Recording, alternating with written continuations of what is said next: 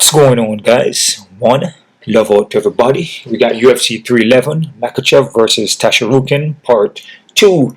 Predictions breakdown here, guys. Before I jump into this, check out my Patreon account for all my face-off predictions and prop plays. You can also donate to my PayPal account. Also hit the thumbs up button and subscribe to this channel. The more you hit the thumbs up button, the more these videos will get out. When you leave a comment too, it also helps with the algorithm. So you guys can help me out with that. 14 fights on this card. Stat card here, guys. Saturday, the 18th January, 6 p.m. This is a pretty good card. We got 2 championship fights here. Yeah, man, this card is a pretty amazing card, man. Could be one of the, well, we're kind of early in the year, so hard to say. It could be one of the best cards for the year, you know. So there could be some more good cards coming up, but this one is a pretty amazing card here. And we're gonna fly through this real quick here, guys, because I'm kind of busy. I'm gonna be going on the town, so I'm trying to get this out to you a little early. So let's knock this out. First fight here, guys. We have Tagir Ulanbekov versus Clayton Carpenter. Tagir here hasn't fought since 2023. But Tagir, Dagestanian flow. A lot of guys from Russia is on this card. This guy is pretty well rounded. Skill guy, striking is skilled, grappling is skill. But like I said, he hasn't fight since 2023. But all around, you know, he has a grappling match here, reduced here for Mega, which he actually lost that. But overall, this guy is pretty skilled. 8 by submissions. Can get taken down though, but he would scramble up to his foot. So his scrambling, striking, you know, it's pretty high level, man. I mean, in my opinion, the guy is very, very skilled, right? His opponent here, Clayton, coming from wasn't a contender series, but I believe he had like 2 UFC fights already, which he did. Clayton here is a good wrestler as well. As you know, as well as you know, as Tagir is a good wrestler too, but Clayton at times can be hittable. His head doesn't really move off center line as well. He can get knocked down, can get hurt on the foot. Kind of stiff with the striking a little bit there, but his wrestling is pretty aggressive. A lot of forward pressure from him. You know, he's a pretty scrappy kid. You know, and he scrambles well actually. This could be like I said, most fights, you know, that I predict, you know, sometimes I leave them as even, because like I said, when they're matching these fights up, they're not gonna make it easy, man. You know, there's some fights that are easy to, you can see the winner is pretty clear, you know, but a lot of the fights they want to make it very tight, so it's not easy to figure out. You know, if it was like that, then, you know, everybody will get the predictions right? And then they go by the odds too, you know. Sometimes the odds are super high on the guys, and the guys drop the ball. You know, that is so close. That's why when I look at the odds, and the odds are so high on a specific guy, it raises a red flag, because, you know, I don't feel the fight should, you know, be, you know, so favorite for the other guy, because both guys are pretty skilled. So both Clayton and Tagir is very skilled. The only thing that I feel Tagir is more experienced here. I mean, that's the only thing. And like I said, with Clayton, he's hittable, and Tagir can strike, man. And Clayton faces the other get hit, kind of stiff with the movements, but this guy is scrappy, man. So this is an even one for me, but I'm gonna push towards Tagir here. I'm gonna say Tagir by decision, and it's a 50-50 here, guys. All right. Next fighter, we got Ricky Torsos versus Bernardo Sopaj. Ricky here is a crafty dude, 3 inch of height, 5 inch of reach, which is massive, man. I believe he was on the tough. I believe he won the tough, right? I think he did. This guy is pretty scrappy. The only thing is that he likes to be on his back a lot, and he can take him down pretty easily. Striking is so-so. You know, he will mix it up, but he can get taken down though, and you know, he would scramble back up to his foot, but again, he's just kind of loosey-goosey, right? His opponent, Bernardo. Bernardo had a short notice against Oliveira, which he was winning that fight. You know, I believe he could have won first and second round, but he gassed out. It was a short notice. But what I see from Bernardo, man, Bernardo looks pretty good, man. His skill set is pretty legit, man. I mean, his wrestling, his takedowns, his striking, his accuracy with his strikes, he packed power. You know, for a short notice fight against Oliveira, he was looking pretty good, man. And he could have won, but he gassed out. He got tired, right? This is a tough one here, man. I would say Ricky probably got experience, but Bernardo, his skill, man. The guy, I feel he's more skilled than Ricky, in my opinion. I mean, even with the striking, wrestling could be even. You know, it could probably, you know, if the both start to wrestle, it could cancel each other. But you leave it to the striking. I feel Bernardo is a better striker. I feel Ricky is more loose though with it in a kind of way, but I don't know. He get caught. There's sometimes there's no power behind it. I feel Bernardo has more power on the punches and the kicks. I'm gonna go with Bernardo, guys. I think this is a full camp for him. He should look different in this fight. I'm gonna go Bernardo by KO TQ in the first round, guys, and I'm not confident. All right. Next fight here, we got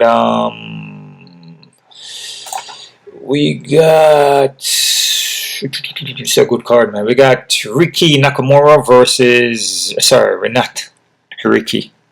We got Rinya Nakamura versus Mune Gasparov. It's a pretty good matchup too, man. With Nakamura here, man, you know, Nakamura is a pretty good fighter too, man. He will mix it up. Striking is not bad. More of a wrestling base on him.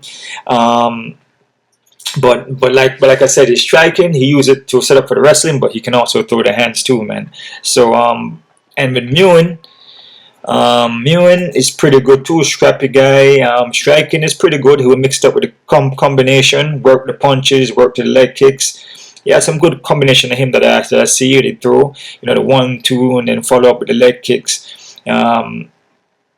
He will mix up with the grappling too. Striking combinations, I said, look pretty legit, and also look for the sub, man. So this is the matchups on this card are very close, guys. And when we check the odds out, it shouldn't be like so, you know, like one side, like to one side. You know, the guy's like a massive, and it probably is gonna be.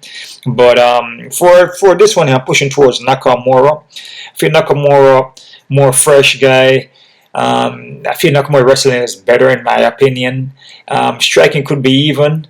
But I'm going to go towards Nakamura. I'm going to say Nakamura by decision, but it's a 50-50 for me, guys. Alright? Let's take a quick look at the odds here on those fights that just passed. Where we at? Let me see. Just look on those three fights that I just did. I'm not trying to do the odd breakdowns. You know, it just takes a lot of time to do that. You know, we're not trying to rush, but we're just trying to get through this, right? Accurately. You know,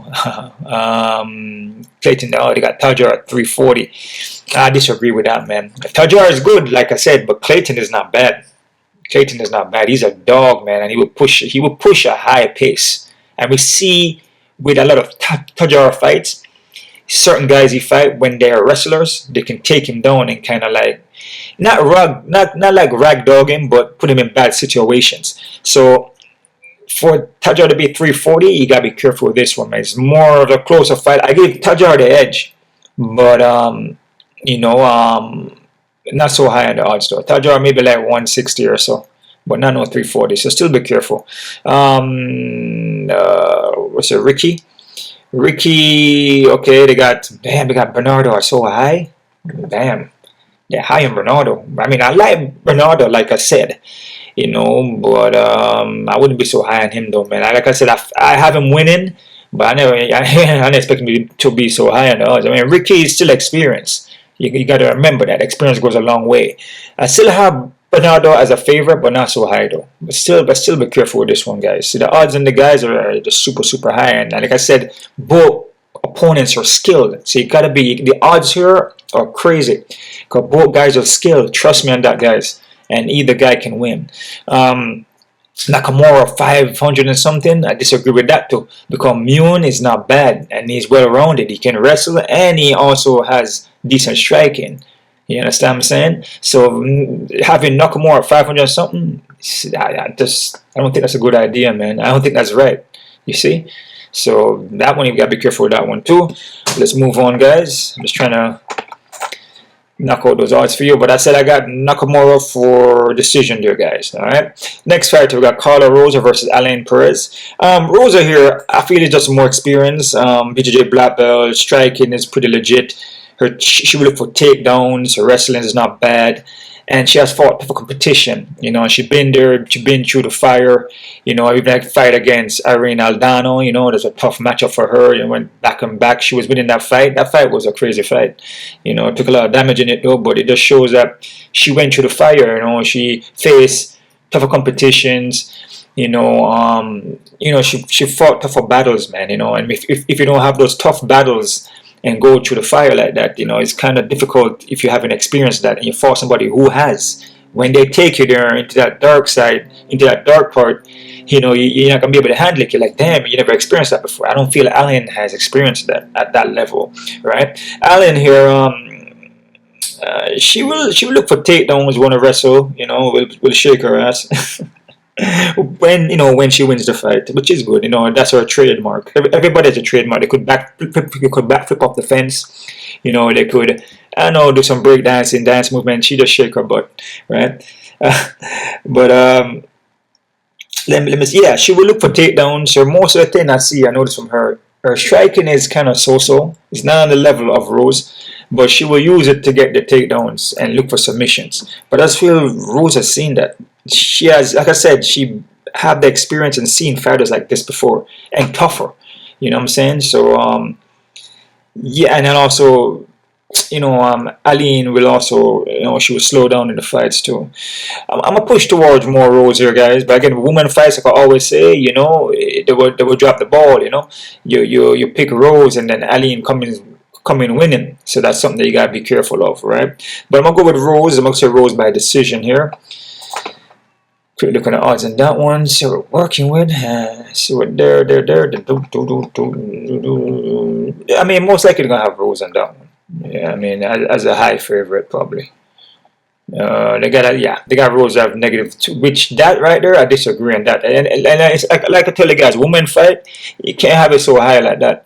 You know, I mean, this fight right here, Rose and Perez is even. Even though I like Rose, you know, I mean, I like her. You know, I feel like she's more experienced and everything like that. But like I said, you know, these things happen all the time. You know, you just see Aline Perez coming in, winning by split decision. You know, and like I said, most of the women fights are like that. So I'd be super careful with this one. I'd be super careful, man. I would maybe do a play with Aline in it. You know, we had like a dog play or something. But don't put Rosa in a bunch of plays. Because, like I said, women fights, you drop the ball on you, man. And also the guys, the women fight seems to do it more. All right, be careful with that one. Super careful. So I got Rosa by decision here, guys. Next fighter we got Zacharias versus Azamat Bekoev. Bekoev or Azamat is short notice. Supposed to be Cedric Dumas, but Azamat is jumping in there. What I see from Azamat, he actually doesn't look bad. Very calculated striking, pick his shots. You know, he will look to take you down. Has that, you know, he's from Russia, has that Dagestani kind of vibe to him. He look for grind you out, but he will strike with you more though, and then save the wrestling for later. Coming from ATT, American Top Team, which makes good game plans, especially for guys that wrestle. You know, to, you know, like say if the guy is a good striker and you know, you tend to fight long and everything like that. They will set up the game plan for the guy to close the distance and then take you down, and grind you out. Which Zach fights long. Zach is a heavy striker, so that's going to probably be the game plan. The game plan is going to be for Azamat to take down Zach, because Zach is a first round finisher. He's packed powers in his shot, and he has 5-inch reach, 5-inch height, which is massive. Hits heavy, man. First round finisher. He will also look for submissions too, but short notice for Azamat. But I see from Zach, he's just, I don't know, he's a first round finisher guy, and he got a decision here by Jose Mendino, but I think that was his first time going to decision. Yeah, because he was 100% finishing rate before he fought Jose. But I don't know, man. I'm liking Azamat for this one. Even though it's short notice, I don't usually go for short notice guys like that, especially making their debut into the UFC. But I just feel Azamat, he can slow the fight down. He's calculated. He can slow it down. Because calculated guys like this will slow it down, avoid getting knocked out or hurt in the foot, which Zach is going to try to finish him in the first. You can avoid that and push a fight in later rounds. You can say Azamat grind or the win, man. So it could be a split decision. So I'm going to go Azamat here, but actually I don't have split though. But it could be a split also, but I have a submission in the second round here, guys. So I'm going to say Azamat by submission in the second round. All right? I'm not confident in this one at all because it's a short notice and making his debut, you just don't know what you're going to get there, you know. But I feel the guy, I feel like he's just more experienced than Zach. You know, he's just, his skills is very calculated. Zach Race is a calculated fighter to fight long and pack the power, but he's more like he goes out there and then try to finish it real quick. Like he bursts on you. And if he doesn't get it, then he slows down. You know what I mean? I feel Azamat can stretch the fight out, which is American top team game planning, man. So I got Azamat by submission second round or by decision. Check the odds on that one. They're probably gonna have, well, I don't know who's gonna have it, but they may have. That could be an even fight, but it should be an even fight. They got okay, okay, they didn't change it yet because they had Dumas there. Let me see. I know I can look on. Let's look on here and see. I know they have it on here. I know I can check on here, guys, and see the odds. Okay, negative 230. Okay, they got Azamat at 230. Okay, so they got Zach as an underdog. Okay, so these guys see it the same way then. All right, they're kind of right on that one. That doesn't mean that Zach can't win though, guys. Zach could come in and pop him in the first round and knock him out. Just be aware of that because Zach does that. He has that power. He possesses that power. 5-inch reach, 5-inch height. Exactly. So that, okay, so they got him at 230. I disagree with that a little bit. It should be a little closer. I would give Azamat the favorite though, but not at 230 though. So still be careful with that one, guys. All right. Next fight here, guys. We got Grant Dawson versus Diego Ferreira. This one is a tough one here, man, to pick, and this is a good test for Grant. You know, just to see where Grant is at, because Diego Ferreira, he's a tough freaking fighter, man. That guy is durable, he's experienced, and he's smart fight IQ. Grant, again, the next ATT fighter here, strong wrestling base, will grind you out. Striking is coming along, still kind of struggle with the striking, but from the last fight here with Rafael Garcia, he looked good with the striking. Yeah, this guy here, you know, got knocked out by Bobby Green, but he's been working on it. I can tell. And he would look for the takedowns, he would grind you out, and just keep that pressure on you. Diego is a very good fighter. The only thing about Diego, though, that I noticed is that he can get taken down. And sometimes he will be on his back for a little while, because BJJ black belt, he'll look for the submissions on you. But his striking is pretty legit. He's smart fight IQ, BJJ black belt, and he's experienced, man. Also, Grant is experienced too. Diego Ferreira could win this fight, guys, so be careful with this one. I'm not too sure about this one, but I'm going to push towards Grant Dawson. I just feel Grant going to avoid, you know, the punches and the submissions and take him down and grind him out. American top team kind of fighting plan. You know, they're going to game plan it, you know, to avoid the submissions. And he has a lot of guys there at that gym, you know, the ATT in Coconut Creek that he could train with, you know what I mean? So who is like Diego and a little bit, you know, the BJJ black belt. And a guy that's going to mix it up with strikes and go for takedowns and everything like that. So he has people to train with. So I'm going to go with Grant Dawson. I'm going to say Grant Dawson by decision, but still be super careful with this one. Be careful with that one, guys. Because, like I said, Diego is not an easy fighter, man. They have Grant at 245. I totally disagree with that. This fight here with Diego Ferreira and Grant Dawson, this is the next one here. This is even. I don't have Grant. I don't no favorite. It's even fight. Even Steven, man. Alright? So 245 for Grant is a no. No. So Diego Ferreira could win. So if you're doing parlays or whatever you're doing, put Diego in some. I'm telling you. Because Diego could submit Grant. Diego could knock him out. Or Diego could win by split. Believe you me on that. Don't let the age fool you. I know Diego's 39, but age is a number. If the guy comes in prepared and his skill and experience, he can win. He's a veteran. Okay? I got Dawson by decision, but this is even. Alright?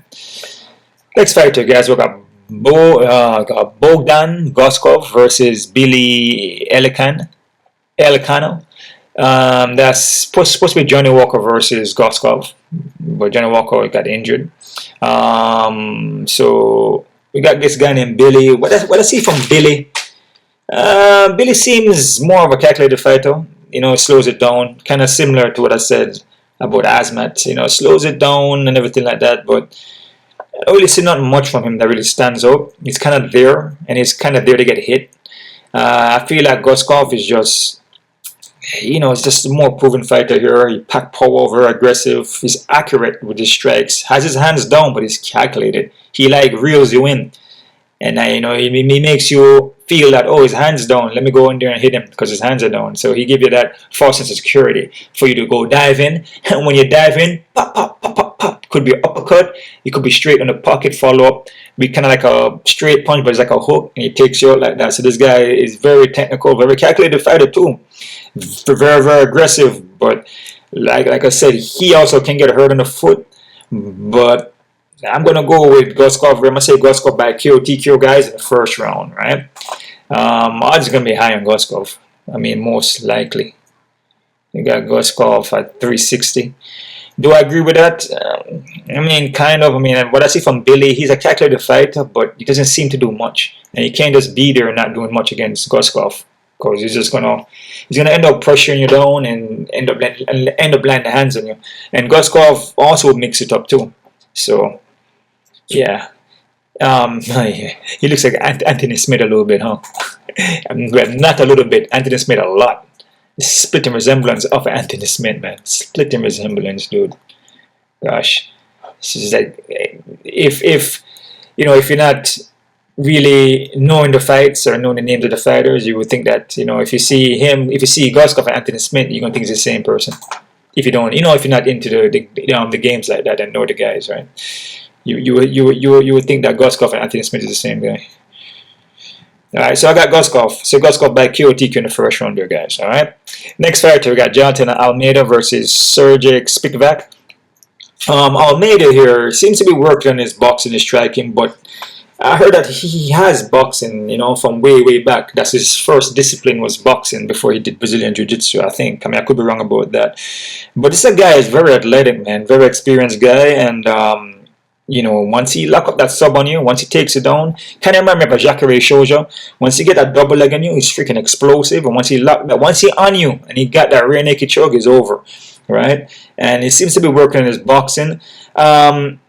Against Spivak though, Spivak is also good too. Spivak is very rounded too. Will also strike, and he has wrestling and he has ground and everything like that. But I feel with Spivak though, he can get knocked out. You know, he doesn't handle a punch too well, and Almeida will get him down and can get him down. And once you start ground and pound him, I think it could be over. So I'm gonna go with Almeida here. I must say Almeida by first round KO TKO, guys. All right. Next fight here, we have the prospect here, Payton Talbott, which blew up very fast. I mean, this kid is like no, you know. A lot of people, you know, love this kid. You know, like he's a pretty good fighter. You know what I'm saying? He's showing his skills, he's showing his durability. And is like his YouTube and his Instagram is, you know, it's pretty creative, you know. Has a lot of good things on there that he put up. His training and everything like that. So this is gonna be okay, so it's Payton versus Ronnie Barcelos.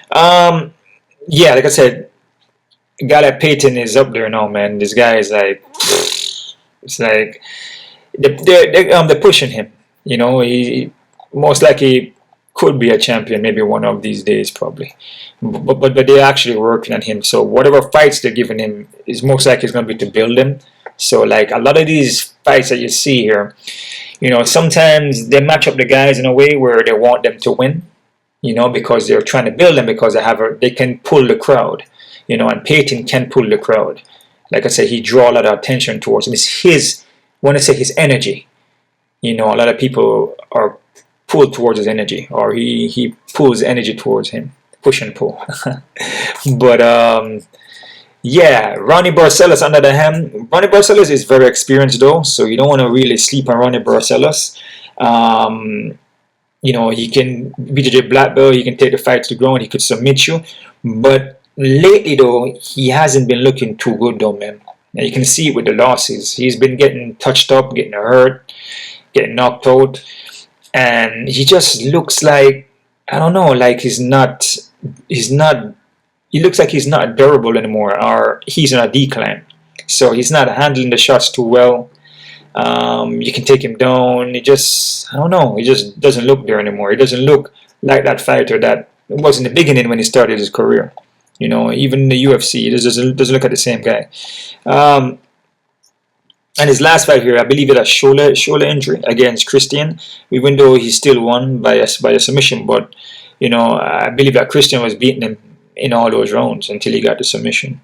But Christian gassed out in that fight, though. With Payton, though, like I said, Payton, you know, his skill, he pack power, have like a zombie mode to him. No, don't really show much emotions.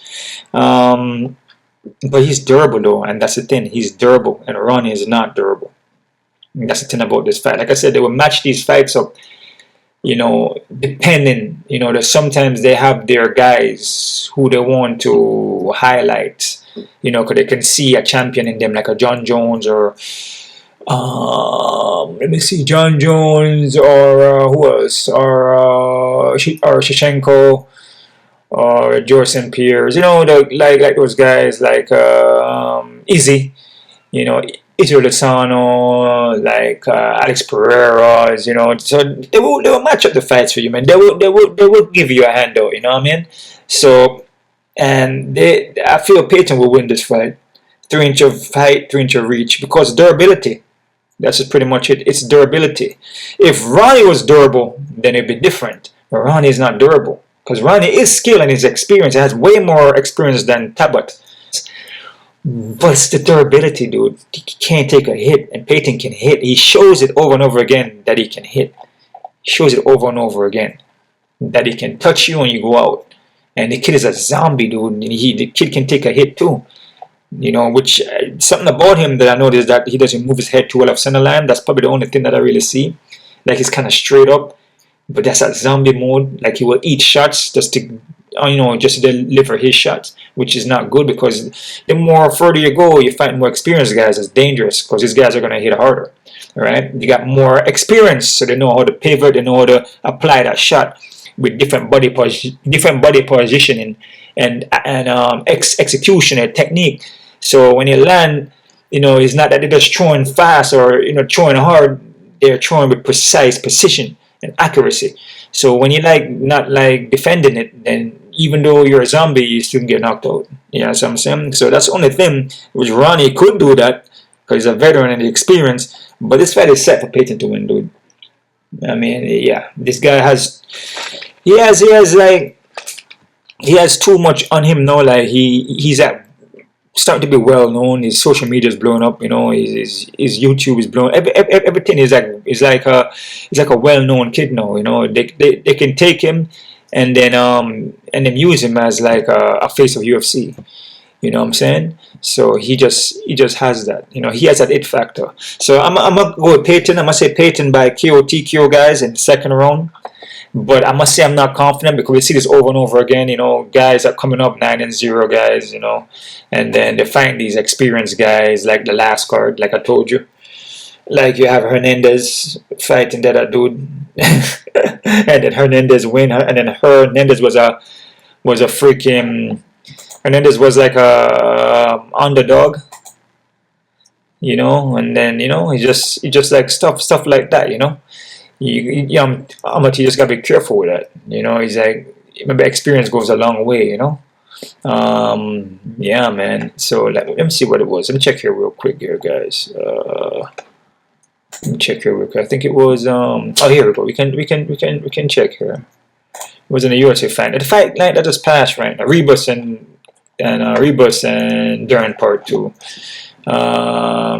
which I told you with Hernandez, put him in parlays or use him as a single. And Hernandez, sorry, it wasn't Hernandez, it was Christian Rodriguez, C-Rod. So yeah, they had Austin Bassi as a high favorite. Christian was a freaking underdog. I was like, yo, I mean, that can't be right. Christian's experience, but Christian is different though than Ronnie, because Ronnie is not durable. You know what I'm saying? So that's the whole thing. And also Payton can hit. Payton is well rounded. The other kid, the Austin kid there is not well rounded. You know what I mean? He's just more wrestle, but Talbot can hit. So I'm liking Talbot for that one. I must say Talbot by, I said Talbot by KO TKO, Payton Talbot by KO TKO in the second round here, guys. Alright? Next fight here, guys. We got Kevin Holland versus Reinier de Ridder. That's a hell of a name, man. Reinier de Ridder. Yeah, give me a second here, guys. Okay, so Kevin Holland here. I mean, you know, he's fighting a guy like Reinier who is known to submit you. You know, the guy is crazy on the ground. Very, very good on the ground, actually. Guy like Holland, he's skill striking, but Holland just dropped the ball a lot, man. His last fight there, I believe he got a rib injury, which happens, you know. He was fighting Ramon Dalenzi, and I believe he was on his back, and his rib popped out. I guess he applied pressure on Holland. It happens. When you grapple a lot, that can happen to you. I believe it happened to me a long time ago too, when I was grappling, you know. But you know, Holland is just like, I don't know. You can't really trust him too much. You know, and a guy like Ridder who's known to submit you, and Holland can get submitted, is like a tough one to. It's a tough fight to pick, man. Holland could catch him with a punch and knock him out. Because what I see from Ridder on his stand-up, he doesn't look good on the foot at all, dude. But he has enough to get the fight where he needs to get it. That is why he's 18-2. So like this guy would dig deep, especially with the submission, and he would take you, you know, into deep water and drown you. And striking, like I said, is suspect. And Holland's kryptonite, his kryptonite is the freaking submission ground game, man. Even though Holland has a BJJ black belt, but it's a tough fight to call, man. But I gotta go to Ridder here. I go Ridder by submission, guys, in the first round, and I'm not confident, man. All right. Let's check that Payton Talbot thing too. Damn, we got Talbot. Damn. What? Yo, Talbot is 1,000 something, dude. 1,400. No, dude. No, man. You see, when you see that, bro. Because Ronnie Barcelos, dude, Ronnie Barcelos, I just say that he's not durable and he's declined because he has, and you can see it in his fights. But, and I know they're matching this fight up for Payton to win, but anything could happen though, dude. Ronnie could come in here and just land a punch, and Payton can get hit. His head sometimes doesn't move up that center line. You know what I'm saying? It takes one shot, you know, and Ronnie's an experienced guy, you know, so you gotta be careful with that. I wouldn't put Payton in no place. You can put him in there by second round KO TKO if you want to, like what I have. You know, KO TKO in the second, but you know, a dog like Ronnie, I mean, that wouldn't be a bad play to put Ronnie in some place, to be honest with you, man. Just for experience, man. You know what I mean? The reason why I'm picking Payton, because of the durability of Ronnie. That's the only, just his base of durability. That's the only reason. And like I said, Payton is skilled too. And I know they're matching the fight up for him to win, and that's the next thing too. You know what I mean? Jailton, they got 470. Damn, the odds in this card is bananas, dude. They're doing it again, man. The odds is nuts in this card, bro. Wow. But I feel Almeida should win this fight, though. He should get the takedown and get the finish, I believe. But man, odds are not, especially on Payton, dude. 9-0 kid coming in against Ronnie Barcelos, who's super experienced, veteran. I don't know about that, man. There's no reason to put Payton in no place, guy. You can do a prop if you want, but yeah. Holland and Reinier is even. I don't disagree with that, because Holland could catch him with a punch and knock him out. Reinier definitely can submit him. Definitely. I see Reinier submitting Holland more than Holland knocking him out. So it is what it is, man. Next fight here, guys. We got Benil Dariush versus Renato Moicano.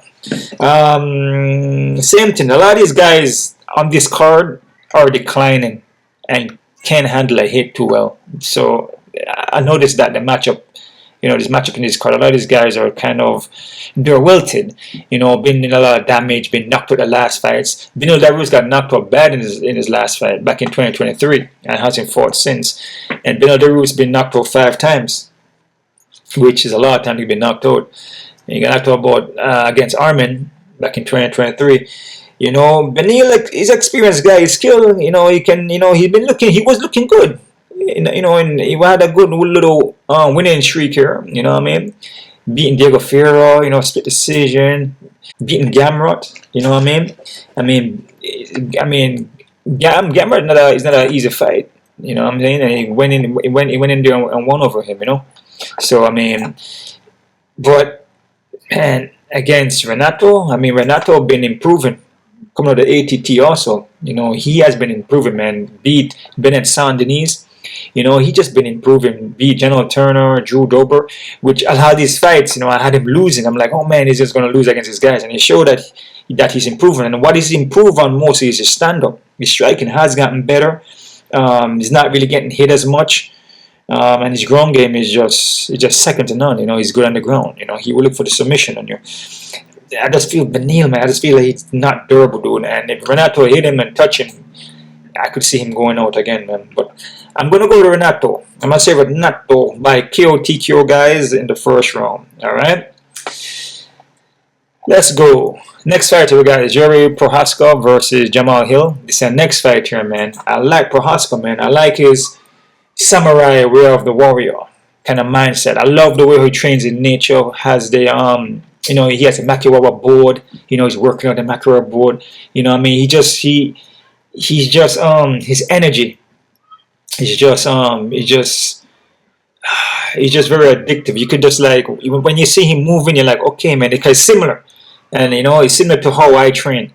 And I can respect that, you know, that mindset, that way of the warrior, that Bushido mindset, you know, the way of the warrior. You know, he just has that samurai kind of, like, you know, that martial, that karate kind of Kyokushin, you know, look for the opening, land the technique.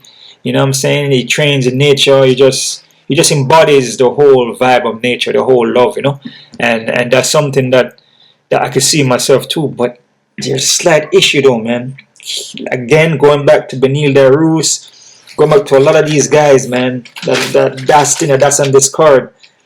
Ronnie Barcelos, he's just not durable. That's the thing, man. And he's skilled, but he's not durable, dude.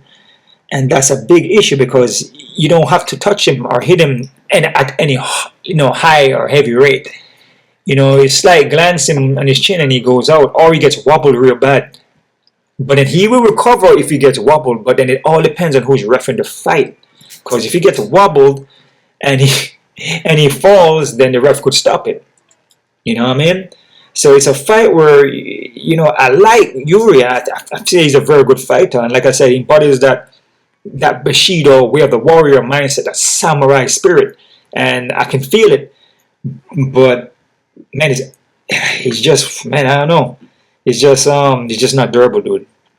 He's just not durable, man. You know, and his fighting style is like the pressure come forward, and he will slip and make the shots slip, and then, you know, and then he will stay on long distance though, but he'll walk you down, come in the pocket, slip and touch you up. It's like he's just like kind of like the Matrix. You know, he's like the Matrix on you. You know, the punches fly, but then sometimes the punches will connect. And when they connect, he gets dazed and hurt on the foot. And that's something that against Jamahal Hill, that's kind of tough to do that, because Jamahal Hill packs power. Yeah, he packs power, and it doesn't take much. Like I said with Yuri, it doesn't take a lot. Jamal catches him with just you know, the back of the punch, back of the hand. You know, the back of the fist, he can get wobbled in days. You know what I'm saying? So that's a fight where I like Yuri Prochazka, but the durability is just not there, dude. And that's pretty much it. You know, I want to pick him. I actually was gonna pick him. You know what I'm saying? But I gotta go with the Hill. It's just durability, dude. You know what I mean? If you know, if Yuri can keep him on the outside and then pick him apart, okay. But once he'll close the distance on him, which he probably can, you know, and land a punch on him, you know, it doesn't even take much, and then Prochazka can get hurt. So I'm gonna go with a Hill here. I'm gonna say Hill by KO TK in the first round, guys. But I'm not confident though for those reasons. That, you know, with Prochazka is just not durable. Like Benil Darus, like Ronnie Barcelos. Who else on this card is not durable? I think that's it for now. I think those guys right there. Yeah, I mean, that's not durable. It can't really handle a shot. You know, it just like it doesn't take much. So it's like it's always going to be a gamble with this. But at the same time, when that guy is not durable and he can't take a hit, then it makes it even worse, right? So I'm gonna go with a Hill. I'd say Hill by KO TK in the first round, guys. All right. I'm not confident though, because I still like Prochazka still, man. I'm still gonna be going for him, you know. But on a prediction thing, I gotta go with Hill there. You know, see, like I said, guys, there's no bias in here. You know, if I was being biased, I would go with Prochazka and give you guys a Prochazka win because, you know. But like I said, he could still win though. But is the game? What game plan is he gonna go in there with? If he's gonna walk down like that, it's risky because it takes one shot. So yeah. So Hill by KO TK in the first round. Next fight, we got Merab Dvalishvili co-main event, but it's championship fight against Umar Nurmagomedov. This is a good one here, guys. You know, with Merab, you know, he's very skilled, very experienced, very relentless wrestling, takedowns, very aggressive. His stand-up, he's been working on it. I noticed that. His footwork got better, striking got better, and he has cardio for days, man. This guy is a worker, man. This guy go in there and put the work in all 5 rounds on you offer. But no, I see him bouncing around picking his shots. So he doesn't go in there and shoot all the time like that. No, he just, you know, he would play it out a little bit with the striking, right? Umar looks good too. But I feel that, you know, with Umar, his wrestling is good. Everything is good, but it could be a strength factor here, a physical factor, which I feel that Merab could be the physical stronger here, guys. You know, but when they match up against 2 guys who skill like this, you also have to look at the physical ability. And when they're skilled like that, and you have the guy who's physically stronger is going to play more of a factor towards Merab being the more physical stronger. Yeah, man. What I see from, you know, Umar against Corey Sandhagen though, Corey was kind of winning that fight, in a kind of way, you know, and he had a hard time taking on Corey. Corey actually got tired in that fight though, which gave Umar the kind of edge there. It's a 5-round fight, which Umar in the later rounds starting to get takedowns, but he can't do that with Merab though, man. If he does that with Merab, I feel Merab's going to win the fight. I feel Merab is the physical stronger. The only way I see Umar winning this if he can blitz Merab and catch him with a strike, like what he did to Ronnie Barcelos and knock him out. He would have to be something with a strike. Toe-to-toe wrestling, I feel like Merab is going to have the edge in that. You would have to be more of a striking thing. But I don't know, man. I didn't like what I see when Umar fought Corey. I just didn't like how that looked. I'm going to go with Merab. I feel Merab has faced tougher competition too. Just experience and seeing guys with movement. I'm going to say Merab by decision, guys. But I'm not confident. Alright? I want to see the odds in this one. They got Umar at 278. Oh, wow. I disagree with that, man. I disagree with that. This is an even. Merab and Umar is an even fight. For those same reasons. I feel Merab has faced tough competition. Guys with movement like what Umar had. Umar would throw more kicks from the outside. But he will also wrestle. The Dagestani kind of vibe. You know, the Khabib kind of style, right? But I just don't feel like. I know he fought Corey, but like I said, I feel like Merab has just been tested more and passed the test. Umar would have to catch him with something, which he can. That has to be his game plan, to catch him with a punch or a kick. Actually knock him out probably would be his option. You know, grappling and stuff like that, I don't think that fits him for this fight. So, and if he can't get the knockout similar to what his last opponent there that Merab fought, freaking, what's his name again? It's a guy name again. Freaking Sean O'Malley. Yeah. You know, if he can't get the finish like what Sean O'Malley, you can see a similar fight. Not as bad as Sean O'Malley, because he was dogging out Sean O'Malley, you know. Like I said, Umar is still a skilled guy, and to me, it's an even fight. Shouldn't have Umar so high on the odds like that. Alright, but I like him, Merab. I'm going to say Merab by decision, guys, 50-50. Main fight in the card is Makhachev versus Armen Tasharukin. Part 2. It's pretty simple here, guys. Islam is very, very high level. This is a high level fight. It's a hell of a wrestling match, dude. These guys are skilled. The first fight you saw it, and this guy is pretty much like a Habib, you know, like clone of Habib, you know. I feel like his striking possibly it's kind of better than Habib was. Very technical with the striking. Armen is a pretty skilled guy too. He possesses good striking as well. But the thing about this fight is that Armen has slight holes.